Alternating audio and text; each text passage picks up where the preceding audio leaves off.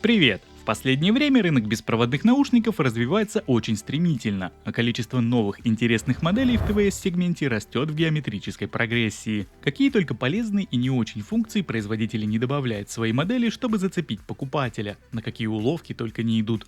Тут, как говорится, спрос рождает предложение. Но, к сожалению, только не в сегодняшнем случае. Настолько скучных беспроводных наушников, как герои этого обзора, я уже давненько не тестировал. По крайней мере, по самым первым ощущениям, моя реакция на новые Vivo TVS 2E была именно такой. Однако, как выяснилось, не все так однозначно, как может показаться на первый взгляд. И дабы не основываться на поспешных выводах, эти новые наушники я тестировал неделю, и уже сегодня готов рассказать тебе все, что смог про них узнать. И вот здесь мне сразу бы хотелось отметить, что заявленную стоимость в плюс-минус $52 данная модель, как по мне, не особо оправдывает. Хотя по-хорошему, возможно, только из-за имеющегося на борту мультипоинта кто-то захочет купить себе именно эти наушники. Ведь данная опция в ТВС все же пока редкость. А вот по всем остальным параметрам у меня есть определенные сомнения в их ценообразовании. Думаю, досмотрев мой обзор до конца, ты поймешь, что я имею в виду. Комплект поставки Vivo TVS 2E классический. В коробке у нас имеется кейс с наушниками, кабель для зарядки, сменные амбушюры насадки и краткое руководство пользователя.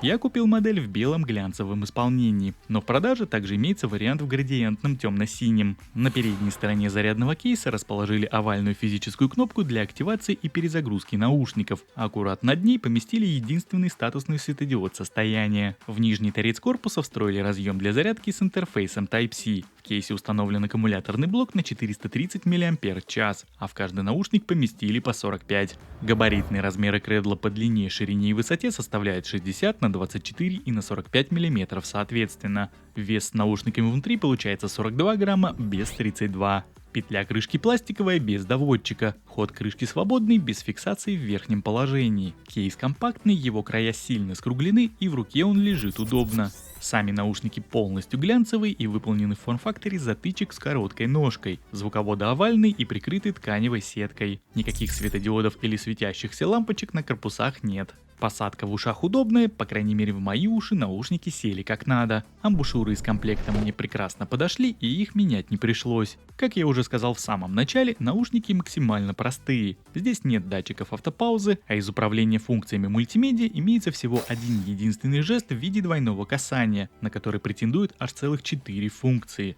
Переназначить действие, или лучше сказать одно действие, можно в приложении наушники Vivo, которое доступно в Google Play Market. И вот тут-то и начинается самое интересное. Ты только посмотри на этот минимализм. Программа совершенно пустая. Признаюсь, поначалу я даже не знал, как на это реагировать. В наушниках за 4000 рублей есть только один жест управления и максимально урезанное простейшее приложение. Я, конечно, допускаю, что с прошивками сюда могут что-то добавить, но пока считаю, что приложения нет вовсе, ведь оно просто бесполезное. Без датчиков автопаузы переназначать функцию плей-паузы на какую-то другую смысла я не вижу.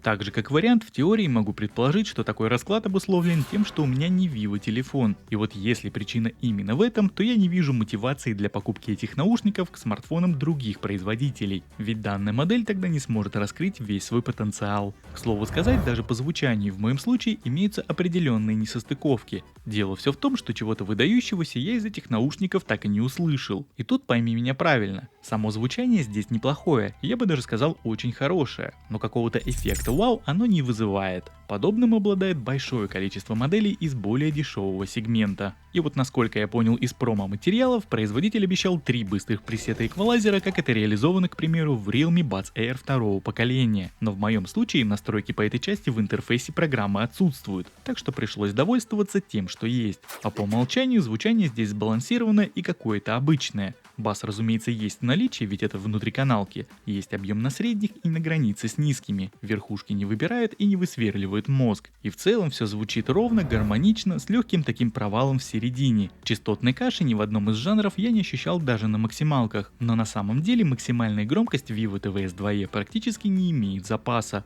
То есть я спокойно слушал их на 100%, и в каких-то моментах мне даже хотелось немного громкости прибавить, но было уже некуда. Они, конечно же, не такие тихие, как ZMI PurePods или же третий Redmi AirDots, но отчасти именно этим и обуславливается очень высокий показатель автономности в данных наушниках. В моем тесте на 100% уровне громкости они отыграли чуть больше 7 часов, так что время, заявленное производителем в спеках, подтвердилось опытным путем. За работу здесь отвечают 12-мм динамические драйверы, а звук передается посредством аудиокодека AAC. Ну а прямо сейчас я предлагаю тебе послушать, как отрабатывают микрофоны в данной модели наушников. И, к слову сказать, лично мне их работа понравилась.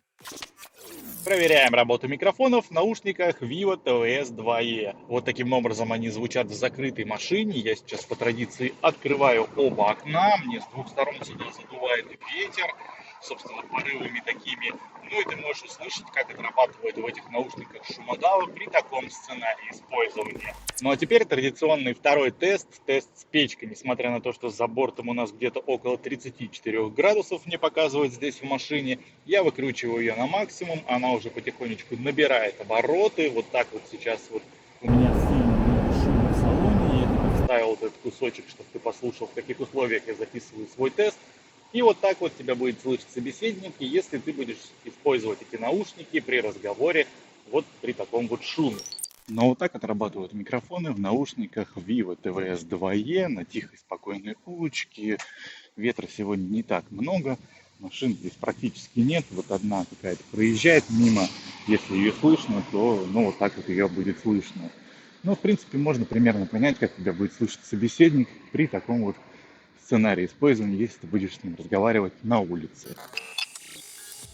В наушниках нет специального игрового режима, хотя возможно его нет лишь для сторонних Android смартфонов, всех кроме Vivo, ведь самим производителем заявлено значение задержки в 117 миллисекунд. В своем же тесте я получил результат немного больше. В PUBG Mobile и в Call of Duty Mobile по моим замерам интервал отставания звука составил 200-240 миллисекунд, а вот при просмотре роликов на YouTube отставание звука от видео я на слух не уловил.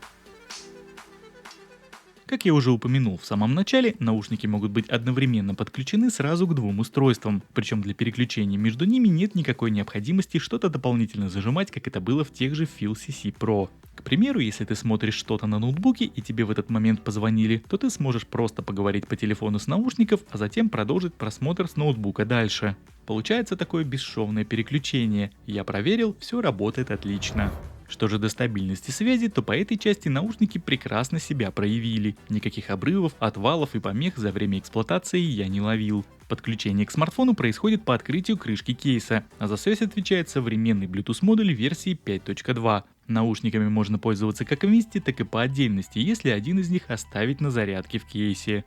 Ну и подводя некий итог по данной модели, я не могу однозначно ответить, хорошими ли получились данные наушники или нет. С одной стороны, есть непонятная ситуация с функциональностью приложения для сторонних смартфонов на Android, ведь возможно наушники раскроются только с родными вивовскими смартфонами. С другой же, сама модель 2E даже в таком виде имеет хорошее звучание, хоть и без запаса по громкости, и главное, так желанную многими опцию мультиподключения. И вот если взять во внимание последний параметр, то перед нами по сути самые доступные ТВС наушники с этой функцией на борту. Помимо всего прочего, для кого-то будет немаловажным тот факт, что автономность в этих наушниках 7 часов, ведь громко музыку слушают далеко не все. Не могу не отметить компактность самой гарнитуры и, как следствие, удобную посадку. Ну а вкупе с неплохо работающим микрофоном наушники хорошо подойдут для повседневного использования. Таким образом, принимать решение о покупке Vivo TVS 2E тебе придется самостоятельно, по совокупности всех за и против, оценив необходимость тех функций, про которые я сегодня рассказал, потому как лично по моему мнению отдавать за них 52 бакса немного дороговато.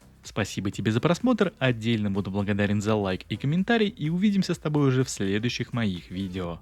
Пока-пока.